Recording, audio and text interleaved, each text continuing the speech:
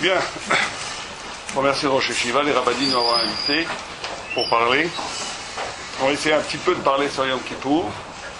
Et bien entendu, on peut poser des questions au milieu de la Sikha. Tout d'abord, avant d'essayer de rentrer un tout petit peu dans les concepts, les sfarot que le Chazal, les Rishonim, les Achronim nous ont enseignés, c'est important d'abord de se dire une première chose dans Yom Kippour, c'est que c'est un temps extraordinaire, mais Asar Yom Teshuvah, ce temps-là, qu'il faut absolument prendre à bras le corps et essayer de ne absolument pas laisser passer le temps. Essayer de faire un acte réel, où on prend quelque chose et on va jusqu'au bout. Rav Israël Salanter, il dit que une des façons de faire, c'est de faire un cheshbon nefesh, de voir quel est peut-être notre plus grand problème, et dans notre plus grand problème, prendre la chose la plus petite que je peux mettre à quel. Commencer par la plus petite chose dans mon plus grand problème. Ça, c'est l'approche praxis dans les maas. C'est que la chose peut-être la plus importante à dire avant les Sfarot, que Yom Asar Yom Teshuvah, c'est un moment tellement fort, tellement extraordinaire, tellement potentiellement riche de renouvellement, qu'il ne faut absolument pas laisser passer le temps. Et qu'il faut faire ça. J'avais entendu un rab qui disait il faut y penser matin, midi, soir, tout le temps, quand je prends le bus, tout le temps quand j'étudie, comment est-ce que je vais faire pour happen, comme il disait, pour attraper un petit quelque chose dans ce qu'il y a de plus problématique chez moi à changer. Mais on va essayer de parler maintenant en idée. Qu'est-ce que c'est? Quelle est la tchouva spécifique? C'est ça qu'on va essayer de comprendre aujourd'hui. Est-ce que la tchouva de Yom Kippour, c'est une tchouva classique qu'on doit faire quand tous les ans on doit faire tchouva, tous les jours on doit faire tchouva, tout le temps on doit faire tchouva? Est-ce qu'il y a une tchouva qui est spécifique à Asar Yom Teshuvah, une tchouva qui est spécifique à Yom Kippour? Alors, la réponse est oui. Mais il faut comprendre quel est le digne de tchouva qui n'existe qu'à Yom Kippour et qui est le propre de la tchouva de Yom Kippour. Alors pour commencer, on va amener une stira, une kushia, que le Brisker Rouv amène, où il pose une question simple, mais qui est une très grande question. C'est que tous ces Asar Yom Teshuvah, ils sont basés sur une contradiction énorme. C'est que d'un côté, on dit qu'on doit être saméach, même à Rosh Hashanah, qui est le Yom Hadin, on doit être saméach, on doit être joyeux. Dans le Shabroa, il y a écrit que c'est Shayar et Samarta Bechagecha et Rosh Hashanah. Donc on doit être saméach, on doit être sûr qu'un nes va nous être fait, etc., etc. D'un autre côté, on doit avoir une peur extraordinaire. On doit avoir un effroi extraordinaire. Et comme la Gemara dit, on ne dit pas le Hallel à Rosh Hashanah, à Yom Kippour, pour Asar Yom Teshuvah, אפשר שספרי חיים, ספרי מתים פתוחים לפני ריבונו של עולם ונאמר הלל. Donc on a une contradiction. D'un côté, on doit être saméach, on doit être joyeux, et de l'autre côté, on doit avoir une pachad, une peur extraordinaire. Comment les deux choses vont ensemble? Le Brisker Rouv donne une réponse incroyable. Il dit, non seulement c'est pas une contradiction, mais en essence, la relation des deux termes, qui sont la peur et la joie, le pachad et la simcha, sont ces deux termes qui ont l'air contradictoires, qui sont contradictoires, sont en vérité leur relation, sont l'essence même du rapport qu'on doit avoir à Asar Yom Teshuvah.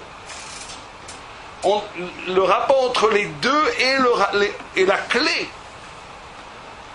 pour passer véritablement à Asar Yom Teshuvah. Et il explique comme ça. Il dit que quand quelqu'un a peur, quand quelqu'un a véritablement peur, qu'on appelle un vrai effroi, il se sauve. Mais il se sauve vers qui?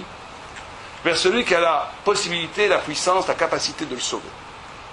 Et donc ici on a quelque chose de paradoxal pour l'Asar Yom Teshuvah, c'est que la cause de la peur qui est Hachem, qui est le jugement d'Hachem, nous conduit paradoxalement à nous sauver vers qui? Vers Hachem lui-même. De nous sauver vers le tsel d'Akadosh Baruch Hu. Et donc, c'est la relation avec Dieu elle-même qui est constituée de peur et de joie. La peur étant la siba pour laquelle je me sauve, que je bouge, et que je bouge vraiment, mais ça me condamne. Si je réfléchis un tout petit peu, je suis obligé de me jeter vers Dieu. Et plus la peur est grande, plus l'enlacement avec la divinité, l'enlacement avec la dvekout avec Hachem va être grand. Et donc on a ici peur et simcha. Et quand je suis près d'Hachem, c'est ça la vraie simcha. Il n'y a pas de simcha. La notion de joie, c'est d'être près d'Hachem. La vraie simcha, c'est d'être près d'Hachem. Tout le monde le sait. Shabbat, c'est la vraie simcha. Quand on étudie vraiment et qu'on arrive au bout d'une souga et qu'on a étudié plusieurs heures et qu'on rentre dans un moment donné où on comprend un tout petit peu quelque chose, là, on commence un petit peu à goûter à ce que c'est la vraie simcha. C'est pas parce que j'ai compris quelque chose, c'est parce qu'on est proche d'Hachem. Et donc, le bris que vous dites, les deux vont en même temps. C'est pas que simplement les deux vont en même temps. L'un est la condition de l'autre. La simcha que je vais avoir pendant la Sarei Mitshuva, elle est constituée fondamentalement par la peur que j'ai pu avoir. Et quelqu'un qui n'a pas de peur du digne, qui continue à vivre sa vie pendant la Sarei Mitshuva comme si rien n'était, il n'a aucune chance d'arriver à la Dvekout, qui est le moment extraordinaire d'intimité qu'on peut avoir pendant la Sarei Mitshuva. Les deux vont en même temps. Oui, allez-y.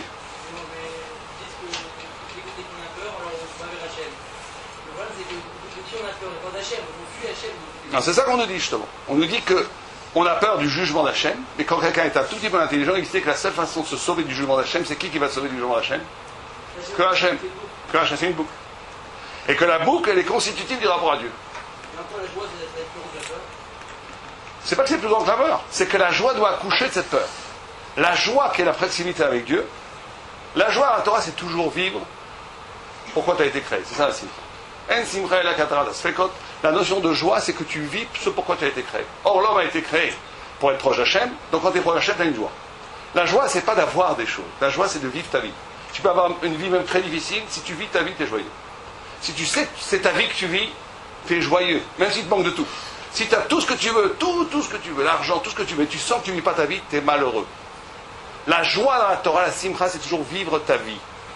Or, être proche de Dieu, c'est vivre ta vie, puisque l'homme est créé à partir du souffle de Dieu. Donc la proximité avec Hachem, c'est la vie elle-même. C'est ça la joie. Mais cette proximité est conditionnée par le pachad. Parce que le pachad a la possibilité de casser toutes les certitudes, tout le train-train, toute la façon, le carcan et le faux monde que je me suis construit autour de moi pour ne pas voir la proximité avec Dieu. Et donc ça va ensemble. On répond avec ce concept-là du briscoe. Il y a une autre kushia. Il y a le gras qui dit que pendant le Kriyat HaShofar, on doit être une simcha tsuma. Et le Harizal dit qu'on doit dire vidouille. Vidouille, simcha tsuma. Comment ça va ensemble? Eh bien ça va ensemble.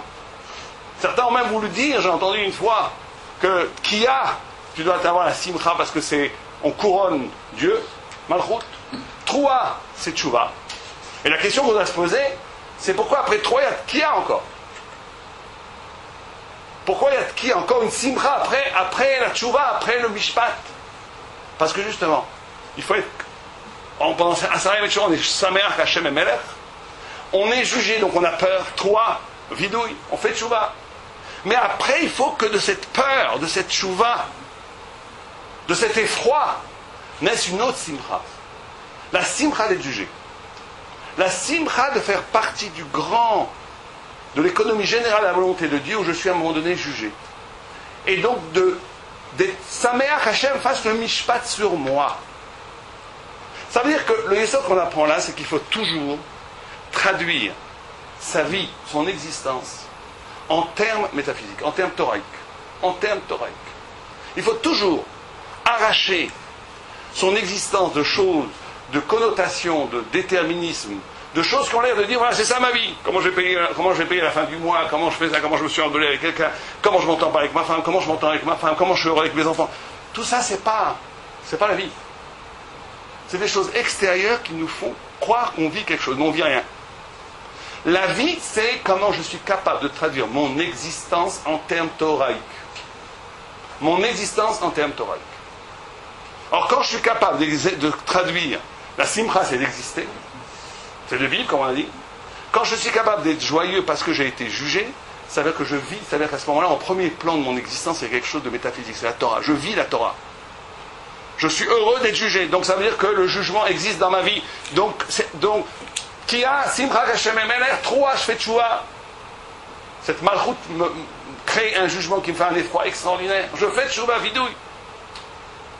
Et après de ça, je suis joyeux d'être dans cette circonstance. Je suis joyeux d'être élevé dans un mode de vie qui fait que ma vie est articulée autour de concepts thoraïques, pas autour des micréimes, des accidents complètement extérieurs que la vie, qui font que la plupart des gens, des goïms ou tout le monde, tout ce qui n'est pas véritablement un temps, croit que c'est sa vie, mais ce n'est pas du tout sa vie.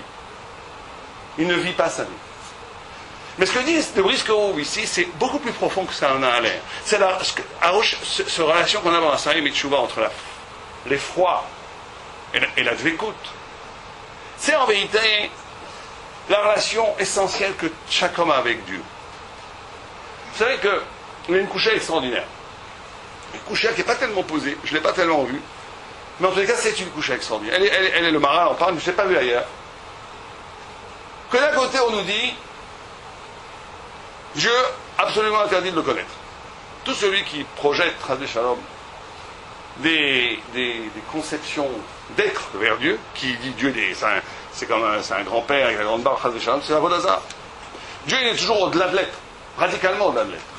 C'est-à-dire qu'il est Shuma Saga. D'ailleurs, c'est la Kabbalah qu'on doit avoir quand on prie à Melech HaKadosh, on doit être Sameach, qu'Hachem est au-dessus, qu'il est le Melech, qu'il est au-dessus de toute la Saga, de tout concept, de toute prise de la conscience. On ne peut pas savoir un Shundama de ce qu'est Hachem. On ne peut jamais savoir. Très bien. Puisqu'il est transcendant, on est créature, il est créateur. Et donc la créature, c'est comme, je donne souvent une image à mes enfants pour leur faire comprendre, c'est comme un peintre qui a peint un tableau. Le tableau ne peut pas comprendre les images qui ont été, il ne peut pas comprendre le monde du créateur. Il ne peut pas comprendre, il est en deux dimensions, il ne peut pas comprendre les trois dimensions. On est ailleurs. On ne peut pas avoir de relation, on peut avoir une relation, mais on ne peut pas comprendre qu'il y a Hachem. Très bien. Et d'un autre côté, on nous dit, eh bien écoute, ce Dieu que tu ne peux absolument rien savoir sur lui, il faut que tu sois prêt à mourir pour lui. Non seulement toi, mais tes enfants, ta femme. Si un jour on vous demande Chasdé Shalom, c'est le cas pour nous Chasdé Shalom, les grandes sadikim peut-être qui espéraient ça, mais pour nous Chasdé Shalom, on nous demande, agenouille-toi devant une idole, ou bien je te coupe la tête, tu dis non, coupez-moi la tête, attention. Agenouille-toi devant une idole où je coupe la tête de ta femme. Ben non. Je coupe la tête de tes enfants. Tout le monde. Et ben alors, l'alakha, c'est pas, on ne demande pas ça aux tzadikim. Ah non, n'importe quel, c'est l'alakha. Celui qui fait pas ça, il reçoit un onèche. Et ben il faut être prêt à mourir. Donc d'un côté, on doit être prêt à mourir, nous, nos enfants, notre femme, tout le monde, pour quelqu'un qui est Birchot qu'on ne connaît pas. Comment c'est possible? C'est pas logique ça. Comment c'est possible une chose pareille? Parce que justement, la relation avec Dieu, elle est double. Elle a cette dualité. Quand on dit Parad, Simcha, c'est qu'il y a une part de nous-mêmes, qu'il y a une relation, une intimité avec Dieu qui est plus forte, qui est au-delà de tout, au-delà de la connaissance, au-delà du concept, au-delà de tout, qui est constitutive de mon être. C'est la découte. Et d'un autre côté, il y a un écart, il y a quelque chose que je ne comprends absolument rien d'Hachem. Et les deux sont essentiels. Vous savez que dans les apicursim ou les pensées, on va être gentil, les pensées déviantes, les pensées imbéciles, il y a toujours deux sortes de personnes. Il y a toujours deux sortes de personnes dans la relation à Dieu. Il y a des gens qui disent, quand quelqu'un dit Dieu est dans la poche, ils croient tout savoir de Dieu. Ils croient tout savoir de Dieu. Il n'y a pas cette distance. Par exemple, les chrétiens. Toute la notion d'idolâtrie, c'est de matérialiser la présence divine, parce que si on a un rapport comme nous au Dieu transcendant, on dit mais moi je ne peux pas parler au vide. Une fois j'avais une discussion avec un chrétien, il m'a dit mais tu ne comprends pas, si Dieu il est tout puissant et qui nous aime, et ben imaginons quelqu'un qui aime les poissons et qui a tous les pouvoirs, et ben il s'incarnerait dans le poisson pour danser avec les poissons. Parce que c'est ça l'amour, être proche. Et je lui dis, c'est exactement ça, Vodazara. C'est que tu es incapable d'avoir une relation avec Dieu séparée d'identité. Toi, être avec quelqu'un, c'est d'être semblable. Tu es incapable de penser l'altérité. Donc tu es une bête. Mais tu n'es pas content, tu es une bête. Les bêtes, ils ne peuvent pas comprendre autre chose qu'eux-mêmes. Alors que l'homme, il a l'ouverture vers l'infini. Et l'idolâtrie, c'est tomber dans le piège. De croire qu'il n'y a de proximité que dans la présence. Alors que nous, on sait qu'il y a une proximité au-delà de la présence. D'un autre côté, il y a ceux, comme des philosophes que je nommerai pas, les Bovitch et d'autres, qui disent non, Hachem est transcendant. Ils ont vraiment compris ça. Donc ils disent mais comme il est transcendant, au-delà de tout, aucun rapport. Pourquoi je prie? Zera Sakato. Pourquoi je fais les choses? Aucune émotion, aucun rapport. Je fais les choses tam. Ça aussi, c'est une grande hérésie. On a une relation avec Hachem. On a une relation avec Hachem. C'est un miracle, mais on l'a. Et on est constitué des deux. Le Id, le Ben Taïda, il a les deux. Et son intimité avec Dieu, elle n'écorche en rien la transcendance de Dieu. Et presque miraculeusement, la transcendance absolue de Dieu n'écorce en rien son intimité avec Dieu. Les deux vont en même temps. C'est ce que dit le Gra. Le Gra, il dit Koret Brit. Il dit Koret Brit, c'est une contradiction. Koret, ça veut dire couper. Brit, ça veut dire ensemble. Comment t'es Koret Brit? Ça veut dire quoi Koret Brit? Et il dit une chose de magnifique, le Gra. Il dit, imaginons que deux personnes s'aiment et qui vont se séparer. Alors ils vont chacun se donner une partie de soi-même. Chacun va se donner une partie de soi-même. Quand on voit dans le Tanakh ou dans la Torah qu'on coupe, par exemple, qu'on casse des kelim, qu'on coupe, et que chacun prend un keli, c'est la notion de brit. C'est-à-dire qu'une partie de moi je te donne, une partie de toi je prends, même si on est séparés, on est ensemble. Même si on est séparés, on est ensemble. La brit, c'est comment dans la séparation elle-même je reste avec. Je suis encore avec toi. Je suis avec toi même si on est séparés. Un exemple qui est donné, c'est par exemple nous on coupe une partie de nous-mêmes à l'endroit, la Brit Mila, à l'endroit qui assure notre avenir, notre devenir. On donne une partie de notre devenir, on met en sakana notre devenir à Dieu, on le donne à Dieu. Et en retour, Dieu nous donne un cadeau extraordinaire, c'est le contrôle sur le temps. C'est nous qui contrôlons le temps. C'est le Beddin qui décide quand est-ce que c'est Rosh Chodesh, quand est-ce que c'est les fêtes. C'est nous qui décidons même le temps messianique, quand est-ce que ça va venir. C'est nous qui décidons, qui faisons l'histoire, une partie de l'histoire de Dieu. C'est ça la brite. Chacun donne une partie de soi-même à l'autre, et cette coupure, chacun donnant une partie de son être à l'autre, cette coupure-là, elle fait que dans la séparation elle-même, il y a une proximité. C'est cette mode de relation avec Dieu qui est la vraie relation. On le voit un peu aussi avec Adam Bechavero. Souvent, quand les gens meurent, on se rend compte combien la relation était forte avec lui. Quand on était avec, dans la présence, on ne voyait pas. On ne le voyait pas vraiment. Quand la personne meurt, on sent une fois qu'il y a une séparation, la vraie relation se arrive. Donc c'est ça qu'il faut essayer de faire au Shana. Entre Rosh Hashanah et Yom Kippour, de retrouver cette dimension qu'il y a, on va voir dans la suite, que c'est l'essence de Yom Kippour. Que c'est l'essence de Yom Kippour. D'avoir cette relation avec Dieu qui est inconditionnée. Vous savez qu'il y a un midrash, juste pour donner un exemple, avant de passer un petit peu plus précisément sur Yom Kippour. Il y a un midrash qui dit que, midrash Rabbah, qui dit qu'Abraham Avinu, quand il a dit que Dieu était un, Nimrod, il a pris, il l'a mis en prison 10 ans. Et au bout de 10 ans, il a sorti de prison, il a dit, tu crois toujours que Dieu a créé le monde? Oui. Tu crois toujours qu'il est un? Oui. Très bien, on va te tuer. On le met devant Kif. Tout le monde connaît cette midrash. On le met devant Kif Shanaesh. Et on lui dit, tu crois toujours que Dieu a créé le monde, tu vas mourir.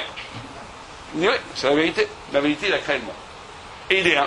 Et tous les idoles, c'est du chèque à gamou, c'est du mensonge, c'est Eve à la vérité. Très bien. On va te tuer. Et à ce moment-là, juste avant de mourir, le Midrash nous dit une phrase. Si ce n'était pas écrit, on dirait que c'est un picorto de dire ça. Le Midrash nous dit qu'Abraham, il dit à ce moment-là, En manik babira. En manik babira. Il n'y a pas. Dieu ne contrôle pas le monde. Parce que si je suis la seule personne au monde à savoir que Dieu est un et que Dieu a créé le monde et qu'il ne me sauve pas, ça veut dire qu'il s'en fiche de ce qui se passe en bas. Par définition. Il s'en fiche complètement de ce qui se passe en bas. Et on pousse Abraham dans le feu. Et une fois qu'il rentre dans le feu, au lieu de se consumer, Hachem le sauve. Il dit Ani Mani Gavira. Ani Mani Gavira. Et il le sauve, le miracle. C'est la première. Et ça commence toute l'histoire d'Abraham avec Dieu. Très bien, c'est le Midrash. Le Brisker Rov, encore une fois, il pose une couche très très forte. Très très très très forte. Où il dit on ne comprend pas. Pourquoi est-ce qu'il a sauté dans le feu, Abraham? Si tu en arrives à la conclusion qu'Hachem a créé le monde, c'est vrai, qu'il est un, c'est vrai, que les idoles c'est les shekers, c'est vrai, mais qu'il s'en fiche complètement, il ne regarde pas ce qui est en bas. Il n'y a pas d'âge pratique. Ça veut dire que le monde est absolument absurde, c'est dénué de sens, il n'y a rien en bas. On ne regarde pas. Alors mens. Mens, sauve-toi. Pourquoi tu mens pas? Pourquoi tu sautes dans le feu? Mais c'est une nefesh pour une chose qui n'a aucun sens. Puisque, de toute façon, il n'y a aucune nafkamina. Tout ce que tu fais, aucune nafkamina, puisque Dieu ne regarde pas. Aucune nafkamina. Donc pourquoi tu sautes dans le feu? Et le Brisker Rov dit une réponse extraordinaire. Extraordinaire. Il dit, on voit de là, on apprend un grand Yesod. Aujourd'hui, on ne sait pas si on comprend vraiment ce qu'il dit. Mais en tout cas, il dit comme ça. J'ai dû lire ce vort 100 fois. Jusqu'à aujourd'hui, je ne sais pas si on comprend. Il dit, parce que un homme ne vit pas selon les nafkaminotes. Un homme, il vit selon la vérité. Ah, la vérité est absurde, je suis seul dans une île déserte. Le monde entier est en train de faire la fête, et moi je vais les finir tout seul, en général d'un idiot. Eh bien, c'est pas grave. Ah, ça n'a aucun affect. J'ai l'air vraiment un idiot. Je suis le seul juif là, et le monde entier est en train de rigoler. Et moi, je suis à Tchabert par terre en train de pleurer, tout le monde me regarde comme un pauvre type. Ça n'a aucune nafkamina. J'ai l'impression que ça n'a aucune nafkamina. Et bien, même si ça n'avait pas de nafkamina, il y a bien sûr une nafkamina. Après qu'Hachem dit Ani Manigolam, on sait que les mitzvot, la Torah, elle a une immense puissance de nafkamina. Mais le chidouche, c'est-à-dire que même si ça n'avait pas de nafkamina, tu ne fais pas la Torah pour les nafkamina. Tu ne fais pas la Torah pour amener le Mashiach. C'est pas We Want Mashiach, no. Tu ne fais pas la Torah pour amener le Mashiach. Tu ne fais pas la Torah pour métaken le monde. Tu fais la Torah parce que c'est la vérité. Avant tout. Après, bien sûr que tu veux changer le monde. Bien sûr que tu veux amener le Mashiach. Bien sûr que tu veux métaken l'olam, etc., etc. Mais en essence, en réchit, en amont, tu fais la Torah parce que c'est la vérité, que cette vérité, cette vérité de Torah, elle est l'essence, de mon intimité la plus intime, qui est ma relation avec Dieu.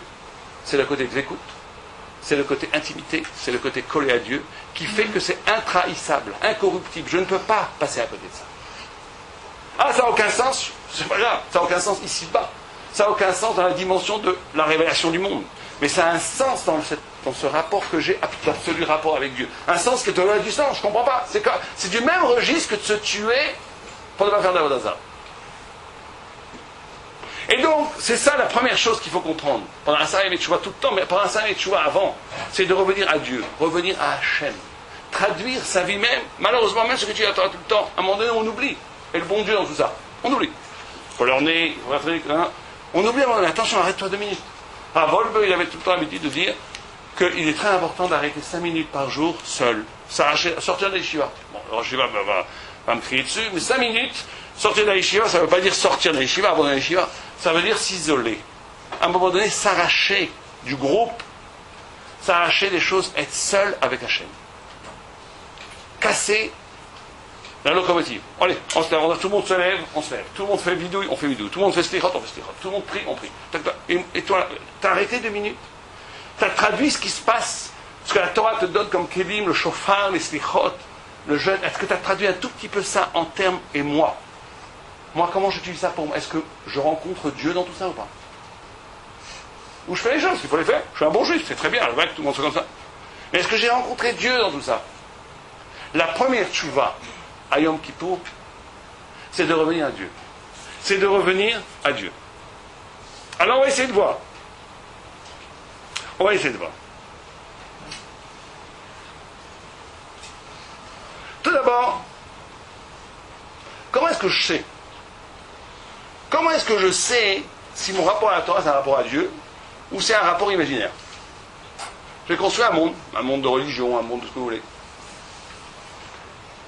Comment je peux savoir que mon rapport à la Torah c'est un rapport à Dieu? Vraiment. Comment est-ce que je peux savoir une chose pareille? Il y a 2 simanim qui ne trompent pas. Un premier siman, il y a un texte, le Maharal en parle beaucoup, qui dit qu'on gagne le din à Hoshana par la lumière qui apparaît sur le visage, quand le shofar sonne. Quand on écoute le shofar, on est censé avoir, personne ne voit, que tout le monde ferme les yeux, on se met sous le talit. Mais si les gens avaient la khoutfa, il ne faut pas avoir cette khoutfa, de regarder les gens au moment de la mise à shofar, ils verraient que les visages s'illuminent. Et c'est cette illumination qui fait gagner le din. Or le visage, c'est toujours le lien entre le corps et l'âme. Le visage, c'est quelque chose d'extraordinaire. Parce que le visage dit tout de l'âme. Les autres endroits du corps, la peau ne parle pas. Le visage parle. Le visage, c'est la jointure entre l'âme et le corps qui dit l'âme de la personne, qui dit où la personne où elle en est. Quand ça s'illumine, ça veut dire que je fais le lien entre le corps et l'âme. Et donc on voit qu'une des grandes kapara, une des grandes tikkuns qu'on a fait entre Rosh Hashanah et Kippour, c'est justement unir l'âme et le corps. Ça veut dire quoi unir l'âme et le corps? Pour nous, existentiellement, ça veut dire quoi? Ça veut dire très simple, de vivre ce qu'on pense. De vivre à la sauf ce qu'on pense vraiment. Ça, c'est le premier siman. Exemple très simple. Quelqu'un, toute la journée, il parle de chesed. De chesed. Il exige que les autres fassent du chesed avec lui. Tout d'un coup, un pauvre passe devant lui, il tourne la tête. C'est sur ça qu'on est jugé. Quelqu'un, une femme ne sera pas jugée sur l'étude de la Torah, elle n'est pas concernée par l'étude de la Torah. Mais quelqu'un qui parle de chesed toute la journée, qui fait des grands discours, grands discours sur le chesed, parle des fois des bachourim sur le chesed. Il voit un pauvre, il ne le regarde même pas. Lui, il lui demande, un juif te tend la main. Tu tournes le visage, tu ne regardes même pas. Il n'y a pas de gassou de roi, il est terminé. Comment c'est possible? Tu toute la journée, Tu ne regardes pas le pauvre juif qui te tend la main. Tu vis, c'est sur ça qu'on est jugé. Sur ces petites choses-là qu'on est jugé. Ah, tu parles de chesed toute la journée, et quand tu peux le faire, tu ne le fais pas, ça lève ton chesed, c'est du bidon. Ça veut dire que tu fais ça juste pour avoir un chaîne social, pour avoir quelque chose à faire dans la vie, va savoir pourquoi. Il faut bien parler, il faut bien passer le temps, il faut bien montrer que je suis un sadique. Tu es jugé là-dessus. La contradiction entre ce que tu penses vraiment et comment tu vis ce que tu penses vraiment. Ça, c'est la première chose. Et c'est sur ça qu'il faut, c'est ces questions-là, bon, je suis un peu chutzpah comme je parle, qui je suis pour vous parler comme ça, mais c'est des choses qu'il faut, c'est ce que nos maîtres nous ont enseigné.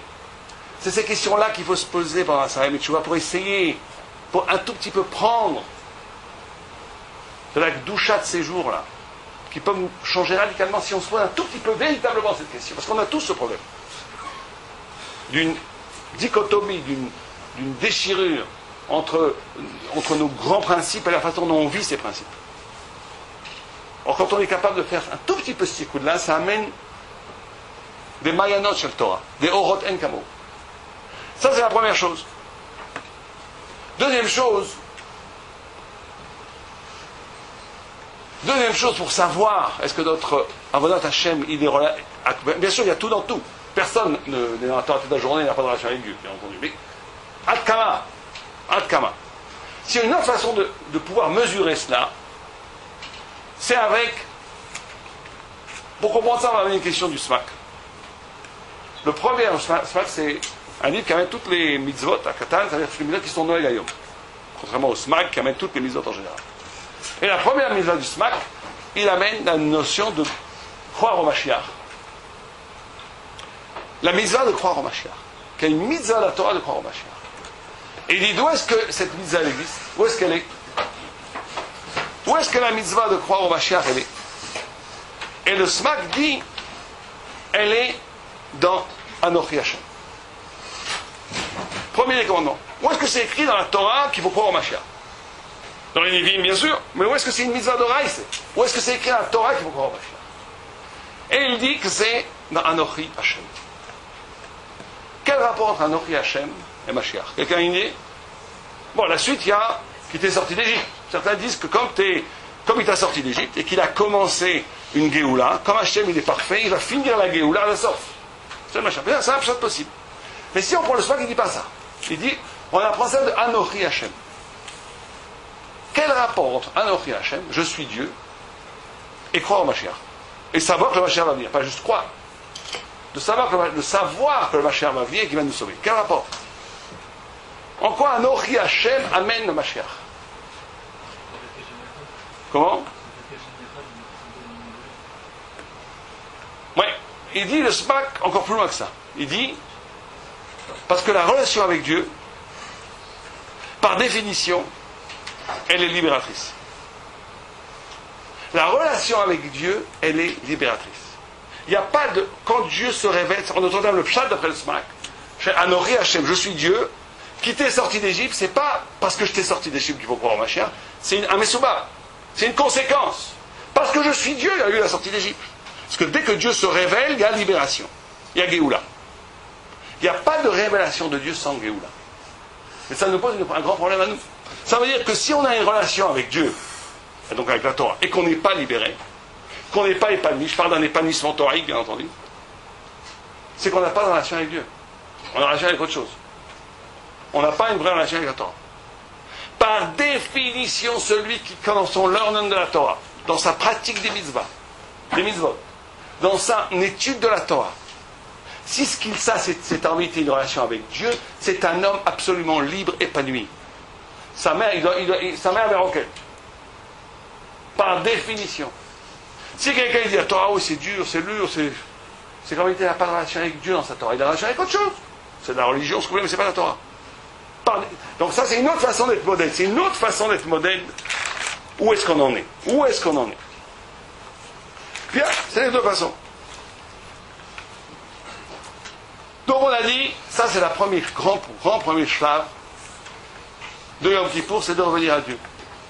Deuxième chose, c'est qu'on dit qu'on parle beaucoup de tchouva quand on parle de Yom Kippour.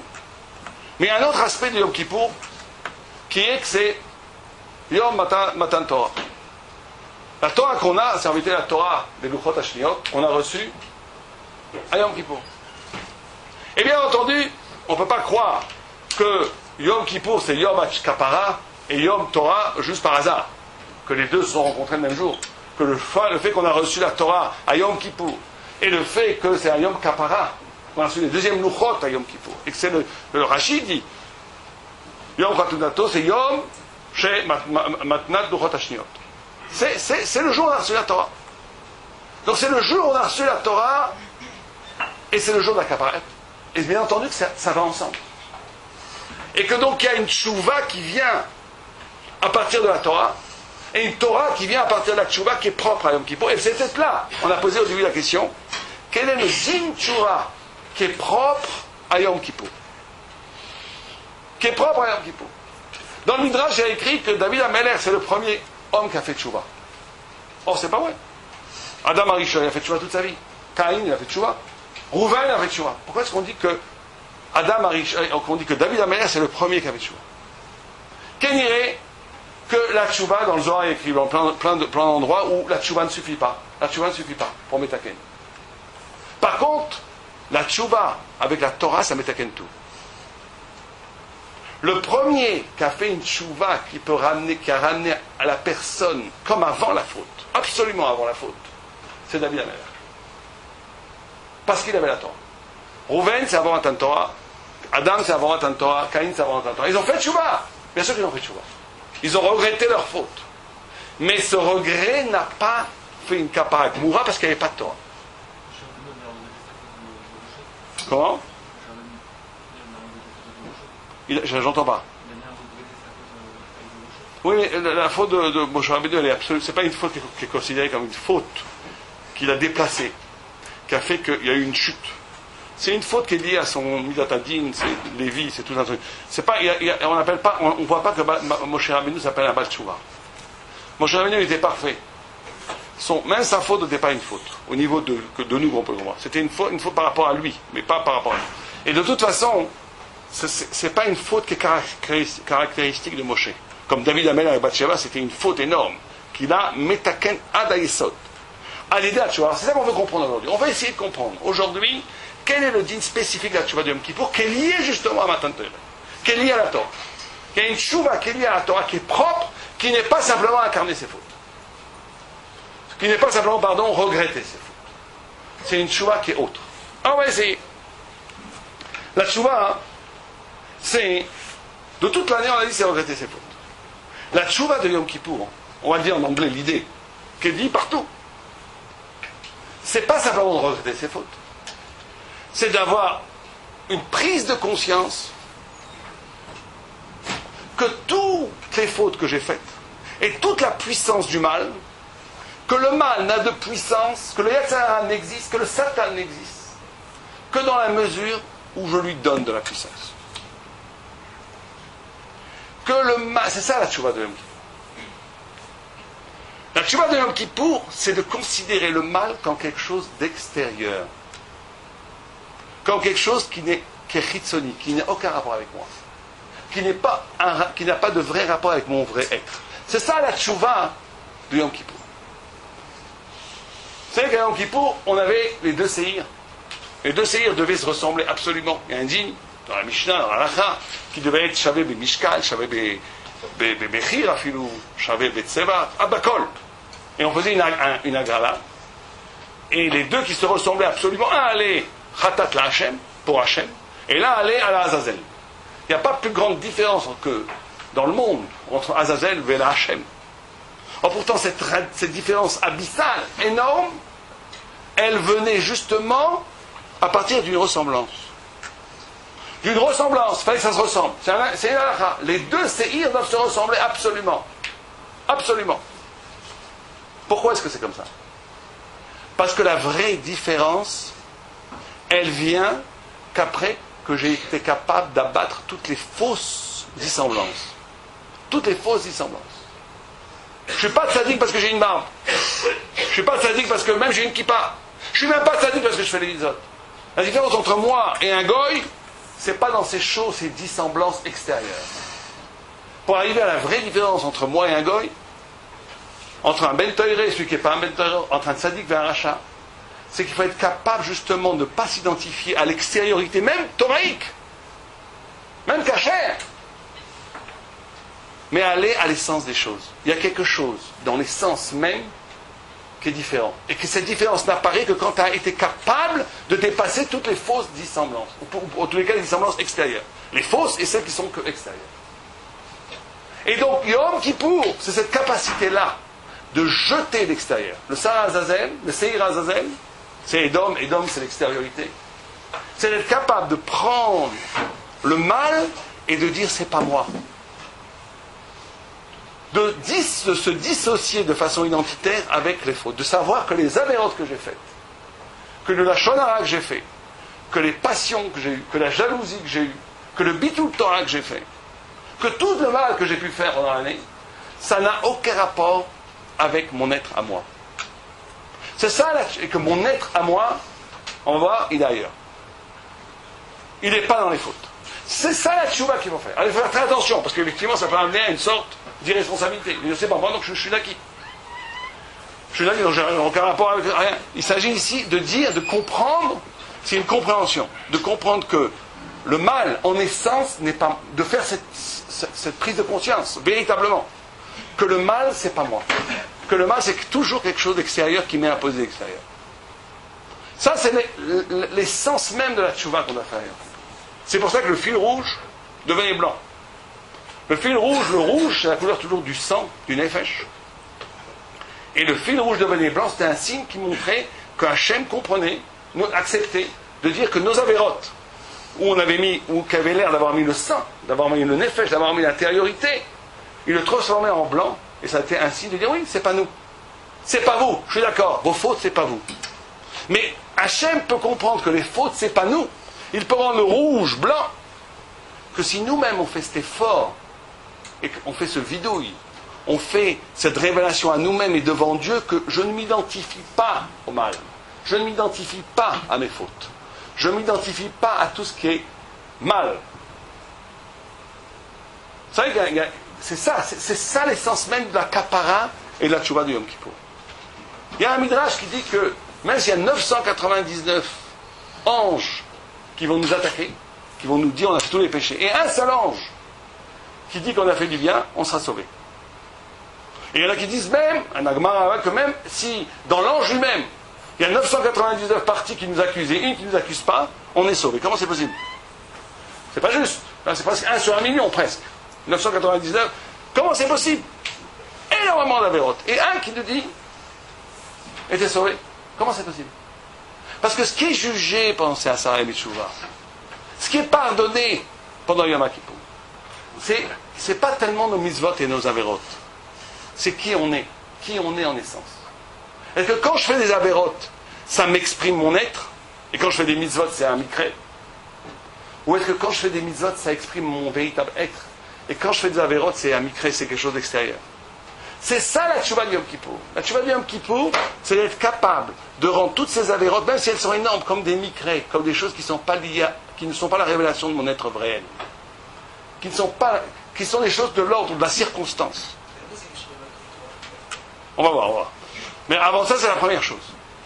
Maintenant, c'est l'autre verset, c'est l'autre phase de la même pièce. Mais avant tout, c'est de se dissocier du mal. C'est ça qu'on fait à Yom Kippour. À Yom Kippour, le Sarah Azazel, il va en dehors du temple, on l'envoie ailleurs, il porte en lui le mal. Et le Khatat le Hashem, le Kohen Gadol, l'amène dans l'endroit le plus intime de l'intime, dans le Kodesh HaKodashim, où il amène le sang qui est l'intériorité, dans un lieu qui n'est pas un lieu. Le Kodesh HaKodashim, il n'a pas le din Makom, puisqu'il n'est pas Tofes Makom, Aaron et Nominamida. Agmar a dit que le Aaron ne prenait pas de place. C'est un lieu qui n'est pas un lieu, en gros. Dans un temps qui n'est pas un temps. Yom Kippour, Le Satan, c'est Gamatria 364. Il y a un jour qui n'est pas sous Satan, qui n'est pas dans l'économie générale de l'histoire, qui n'est pas dans l'histoire. C'est Yom Kippour.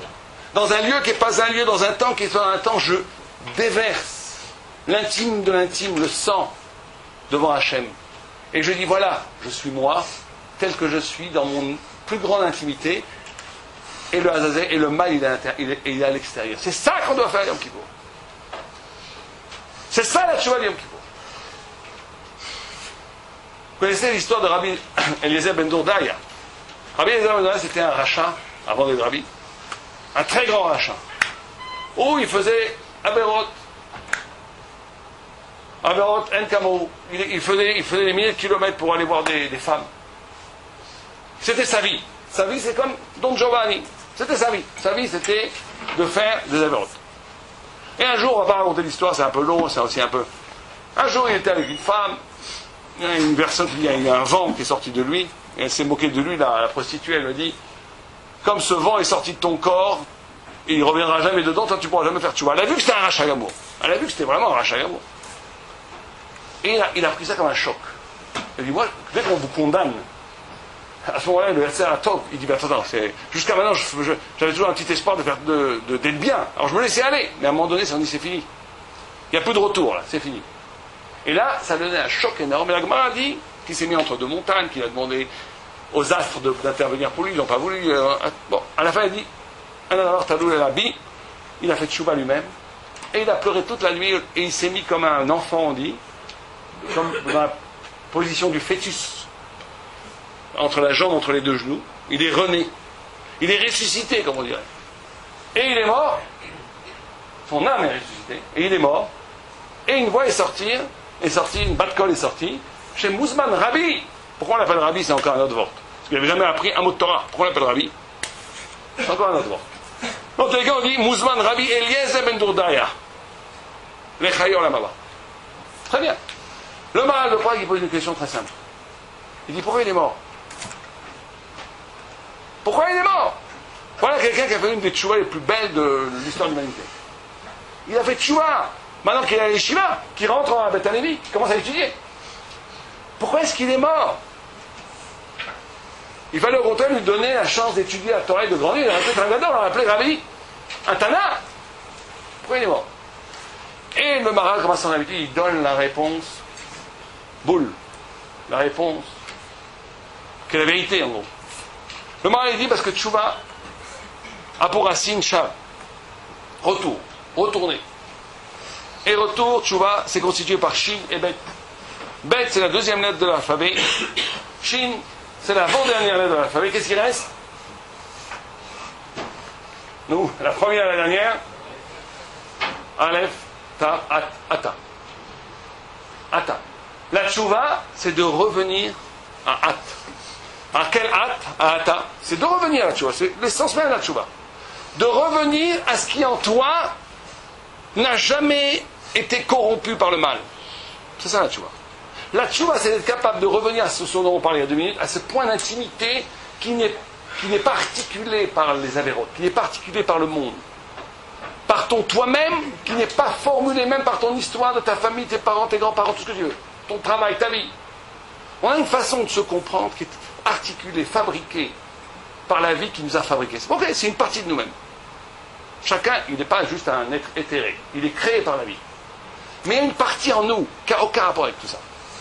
Une partie en nous qui est au-delà de ça, qui est plus forte, plus profonde que tout, que même ce que nos parents ont mis en nous. Quelque chose qui est de l'ordre du rapport à Dieu, de l'intimité avec Dieu. Tchouva, c'est de revenir là-bas. Tchouva, c'est de revenir là-bas. Or, dit le Maharal de Prague, Rabbi Eliezer ben Dourdaya, il avait été tellement loin dans le znout, la Avodah Zara et le znout, c'est les deux choses qui font ça. Il est devenu un mine, comme quelque chose d'autre, que même ça, il avait brûlé, il n'y avait plus rien, il n'y avait plus d'endroit où il pouvait revenir. Il n'y avait plus de hâte, il n'y avait plus d'endroit de tahor. Il avait tout brûlé, Rabbi Eliezer ben Dourdaya. Donc il n'y avait plus d'endroit où il pouvait revenir. Parce que la tchouva, c'est de revenir dans cet endroit et à partir de cet endroit de métaire tout le reste. Mais si même ça t'as brûlé, si tu as trahi même dans le coin le plus intime de toi-même qui est lié à Dieu, quand tu fais tchouva, tu meurs. C'est ce que dit Rachid. Rachid dit qu'un mine, celui qui a fait l'Avodah Zara, à un certain niveau, Et quand celui qui a fait du znout à un certain niveau, quand il fait tchouva, il meurt. À cause de ça. Parce qu'il n'y a plus d'endroit de revenir. Il n'y a plus d'endroit pour revenir. Mais de là, on apprend, derrière Hagab, que la tchouva, c'est ça. Alors, on a dit, c'était notre question. Ça, c'est là le versant numéro 1. Versant numéro 1, comme on a dit, les spécificités du din tchouva à Yom Kippour, c'est pas simplement regretter ses fautes. C'est d'être capable, véritablement, dans notre âme, dans notre intériorité, de se dissocier de notre façon d'exister qui n'est pas théorique. De se dissocier des avérotes, de dire ce n'est pas moi ça. Et de revenir à ce que je suis vraiment. Et maintenant, alors je te encore rapport avec la Torah. Parce qu'il y a une autre, c'est l'autre version de la même chose, c'est que la tchouva de Yom Kippour, c'est non seulement de se dissocier, mais c'est surtout de s'identifier à la Torah. En d'autres termes, je reviens vers un hâte, mais ce hâte, il est constitué par quoi? Par la Torah elle-même. Je reviens vers ce hâta, vers ce moi, vers cette intimité. Et cette intimité, c'est quoi? C'est un morceau de la Torah elle-même. On va prendre 5 minutes pour expliquer ça. 5 minutes. Vous savez que le Gaon de Vilna dit Bereshit, c'est la création du temps. C'est le temps. Dieu a créé une immense sphère. Le temps aussi est une création. Il a créé une immense sphère temporelle dans laquelle toute l'histoire de l'humanité est entrée. Du premier jour jusqu'à aujourd'hui. C'est le temps d'Égoïm. Et le monde a été créé avec 10 paroles. Et la Hazara d'Ivrod, Dieu a parlé sur le mont Sinaï à nous, il nous a parlé à nous avec 10 paroles. Il a donné 10 makot. Ce chiffre 10 revient toujours. Et bien entendu, c'est corollaire. La première parole, Bereshit, a pour corollaire, au Ham Israël, laquelle? Anochi. Je suis Dieu. Et donc, de la même façon que Bereshit, c'est le temps de l'universel, le temps des Goïm, Anochi, c'est le temps des Juifs. Les Juifs ont un temps qui leur est propre. Un temps, aussi bien en tant que temps du peuple Israël, il vit une micro-histoire à l'intérieur de la macro-histoire. C'est pour ça qu'il n'est pas soumis aux lois de l'histoire. D'après les lois de l'histoire, le peuple juif aurait dû disparaître depuis longtemps. On vit, mais même chaque juif et chaque juif doit vivre un rapport au temps qui lui est propre. C'est quoi justement ce rapport au temps qui lui est propre? C'est que le temps d'Égoïm, c'est un temps extérieur. Le temps du Bereshit, c'est un temps extérieur, qui me façonne, qui me disloque, ce qui est fait de 1000 choses. Il y a un temps qui est mon temps intérieur, mon temps à moi. Mon temps qui n'est pas découpable parce qu'il m'accompagne. C'est le temps de ma conscience, le temps de ma neshama. Or, quand je suis proche de ce temps-là, faire tchouva Yom Kippur, c'est aussi faire tchouva sur sa relation au temps. Quand Rabban Gamliel, il allait mourir, il a donné une bracha à ses talmids en leur disant faites tchouva aujourd'hui de peur que vous allez mourir. De peur que vous allez mourir. Et les gens disent pourquoi? Parce que les gens prennent ça comme un trick. Quand je ne sais pas si je vais vivre demain, il faut que je fasse tchouva aujourd'hui. C'est pas ça le pshat. Bien sûr que non. C'est qu'il leur a révélé à ce moment-là, ces talmidim, que l'essence de la tchouva, c'est de croire, de savoir qu'il n'y a pas de demain, que c'est maintenant, que tu vis ton temps avec toi. Pas par rapport à une organisation du temps qui t'est extérieure, qui te fait croire qu'il te reste du temps. Il leur a dit que l'essence de la tchouva, c'est faire tchouva sur le temps. C'est-à-dire de revenir à une conception du temps où je suis articulé, façonné par un temps extérieur, vers ce temps intérieur qui est le temps de ma neshama. Et le temps de ma neshama a en elle-même l'écho du souffle de Dieu. Et l'écho du souffle de Dieu, à quoi? C'est quoi? C'est la Torah. Donc revenir à soi-même, c'est revenir à cette part de Torah qui est en moi. C'est de revenir à cette part de Torah qui est en moi. C'est ça la tchouva, le deuxième versant de la tchouva de Yom Kippour. C'est pour ça que c'est une tchouva tout à fait spécifique. C'est de voir le mal comme une extériorité absolue, que ça n'a aucun rapport avec mon vrai être, et de voir la Torah pas comme des tzivouilles extérieures. De la même façon que ne pas tuer. Est-ce que quelqu'un est capable de tuer ici? Personne. Tuer, ça serait détruire son identité. Pour nous tous ici, on peut imaginer qu'un meurtre, ça serait nous détruire. On ne pourrait pas tuer un autre juif ou même un autre homme sans nous détruire. Parce qu'on a compris, on a intégré que que c'est pas un ordre extérieur, tu ne tueras point. Je suis constitué par la parole de Dieu, tu ne tueras point. Et bien le tzaddik, il vit ça pas simplement à des choses qui sont évidentes pour nous, comme le meurtre. Lui, écouter du Lachon Hara, ça le détruit. Dire un petit mot de Lachon Hara, ça le détruit, parce qu'il est constitué par... Tu ne diras pas du Lachon Hara. La Torah, c'est pas des tzivouis extérieurs. La Torah, c'est pas des ordres, c'est pas les 10 commandements, justement. Traduction complètement... Il n'y a pas de 10 commandements. Il y a 10 paroles. Et ces paroles sont l'essence même de mon être. Faire tchouva, c'est de revenir vers cette essence. C'est pour ça que la Gemara dit Charut ala luchot, gravé sur les tables, ne lis pas Charut et la Cherut. Liberté. Où est-ce qu'il y a liberté? Tu ne tueras point, c'est des lois d'acier. Tu ne tueras point, tu ne voleras point. Où est-ce que je suis libre là-dedans? Ben oui, tu es libre. Parce que ces paroles-là, c'est ton essence. Être libre, c'est de vivre son essence. Être libre, c'est ne pas être manipulé par les autres. Être libre, c'est vivre ce que tu es véritablement. Or, tu es véritablement la Torah. Et la tchouva de Yom Kippour, c'est de comprendre ces deux choses-là. C'est pas une tchouva de regretter ses fautes. Bien sûr, c'est la tchouva clalique. Bien sûr. Il faut faire tchouva, il faut regretter, il faut faire bidouille. Il faut arrêter, il faut faire tchouva. Mais il nous a demandé autre chose pendant Asayim et tchouva, et surtout pendant Yom Kippour. Il nous a demandé ce double mouvement qui est le même, un en négatif, un en positif. De considérer que les avérotes ne sont pas moi. Et ça, c'est un vrai travail.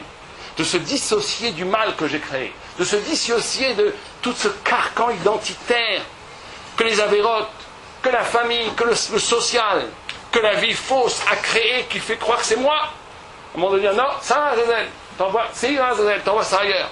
C'est pas moi. Ça, c'est le négatif. Le positif, c'est de revenir à soi, mais de quel soi parle-t-on?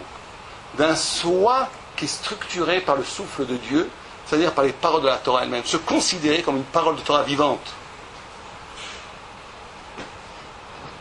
Se considérer comme une parole de Torah vivante.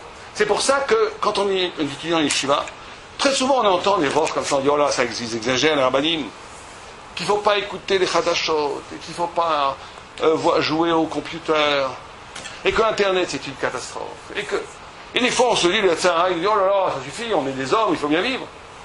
Mais s'ils ont entièrement raison, les Balei Moussar qui nous disent ça. Bien sûr, il faut être au niveau. Il n'y a rien de... Dès qu'on écoute, même je ne parle pas de choses pas bien, dès qu'on écoute, on écoute, on se met sur Internet, on écoute, on joue à un jeu, même dans... On ne se rend pas compte, On écoute les Khalachot. On ne se rend pas compte que c'est pas... On détruit cette Gdusha qui est en nous. On rentre dans le monde, on se constitue par quelque chose d'extérieur. On oublie qu'on est fait du feu de la parole de Dieu. Et que si véritablement on vit un tout petit peu avec ça, alors on ne quitterait pas, ça il faut comprendre la vérité pour un petit peu s'y approcher. On ne quitterait pas, on ne lèverait pas le nez de la Gemara. On étudierait jour et nuit, on serait tout le temps dans cette simcha de la dvekut avec Akadosh Baruch Hu. C'est le rabbi de Koch, à la fin de sa vie, je ne sais pas si c'est notre derrière, c'est sûrement pas notre derrière. Il s'est enfermé, plus personne ne le voyait. Enfermé dans une chambre. Et un jour, cet après-midi, ils ont voulu savoir ce qui se passe. Ils sont mis à la porte et ils ont entendu, disant en yiddish, que le monde pue. Il dit, le monde pue. Lui, alors peut-être c'est pas un derrière. On doit être, il y a les deux derrière. Mais il faut savoir aussi qu'une partie du monde pue. Il sent mauvais. Dès que je rentre dans le monde, ça me tue. J'ai entendu un rab qui disait, un très grand sadique, qui disait que lui, quand il entendait les Khadashot, c'était Ores Soti. Comme ça, il criait, c'est Ores Soti. C'est Ores Soti. Quand tu écoutes ça, tu dis, il est fou. Khadashot, c'est quoi? Quel temps il va faire? Quelle est la bourse? Qu'est-ce qu'elle a fait? Alors, il faut bien savoir ce qui se passe dans le monde. Mais non, il a raison. Parce que lui, il sent ça. Il sent que c'est une partie de feu de Torah. Il est dans la Torah, c'est le feu. Et quand il fait rentrer le monde dans cette Torah, ce monde détruit la Torah. Il redevient un bout de machin. Il devient un animal social. Il devient un des éléments de la société. Il a complètement tué la Gdusha, le Netzach qui est en lui. L'éternité qui est en lui. C'est cette Shua-là qu'on a fait à Kippour. C'est d'avoir ce sentiment-là que chaque juif est une parole de Torah. Chaque juif est une parcelle d'éternité. Que chacun d'entre nous possède ici un secret extraordinaire qui a le pouvoir de métamorphoser le monde entier. Et que chacun d'entre nous doit s'identifier à cette parole. Et la tchouva, c'est de toutes les choses qui nous constituent de façon superficielle, artificielle, les renvoyer comme Seir Azazel. Et de revenir à cette part intime qui est en nous, qui est la parole du Dieu vivant, que nous incarnons nous-mêmes. C'est ça la grandeur du juif. C'est pour ça que c'est la tchouva avec la Torah. À Shavuot, c'est les premières louchot, c'est un mouvement de haut en bas. C'est Dieu qui donne la Torah. Alors on étudie. On étudie toute la nuit. On est cool aux études. Parce qu'on veut recevoir cette parole qui nous a été donnée d'en haut. À Yom Kippour, c'est le contraire. Les Luchot Shniot, elles nous sont données combien on les désire. Combien on les désire. On n'a pas de Torah. Depuis que le Chet Hegel, la seule Torah qu'on a, c'est combien tu désires la Torah. C'est pour ça qu'on prie toute la journée. C'est Tfila. C'est Torah, Sheba, Lidé Tchouva, et Tfila. On prie toute la journée. À Shavuot, on learn toute la journée. À Yom Kippour, on prie toute la journée, on prie pour le désir de l'infini. Pour le désir de retrouver cet infini que j'ai complètement détruit avec les ch'touillottes. C'est ça qu'on doit prier. C'est cette prière-là qu'on doit faire. Et à Yom Kippour, on peut y arriver. Parce que Yom Kippour, c'est un jour qui est séparé du Satan.